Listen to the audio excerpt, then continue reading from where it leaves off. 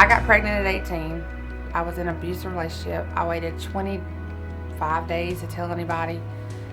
When I finally told my mom and him, my mom called Save a Life. It came down here. They did a test. Of course, I was pregnant.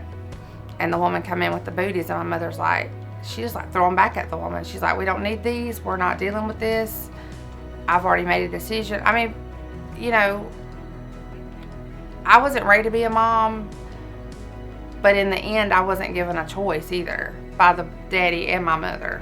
I mean, they weren't going to deal with it. 3 years later, I found out I was pregnant with my son. I was a newly married woman. I had been married 2 months when I discovered that I was pregnant. So I called the number, and the lady told me to come in. So I come in, and she did the test, and she came in with the little booties, and which I still have. When you're married 2 months and then you find out you're going to have a baby and you don't have a lot of money, because we didn't have a lot of money. They always just they would always find a way to help us get what we needed. Even after my son was born, it was, do you need formula? Do you need this? Do you need that? And they always made sure we had it. And then we went through the classes before, while I was pregnant, and it helped us prepare to be a parent. My husband died in 2010. He was 35 years old, but he'd been sick all his life. When he died, it surfaced the past abortion I'd had, that I knew I had to deal with it.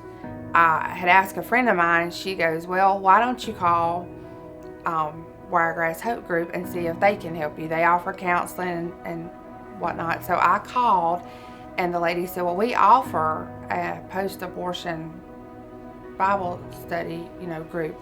So I came through and went through it, and it helped me realize that that was a baby, and then realizing that I had to forgive everybody involved, to move on with healing. And the first one I had to forgive was my mom. It's always been a wedge between us. And then I had to forgive the child's daddy, not just for that, but other things. And then I had to forgive myself. I had to learn that I could be forgiven for that, and I know now that I have been.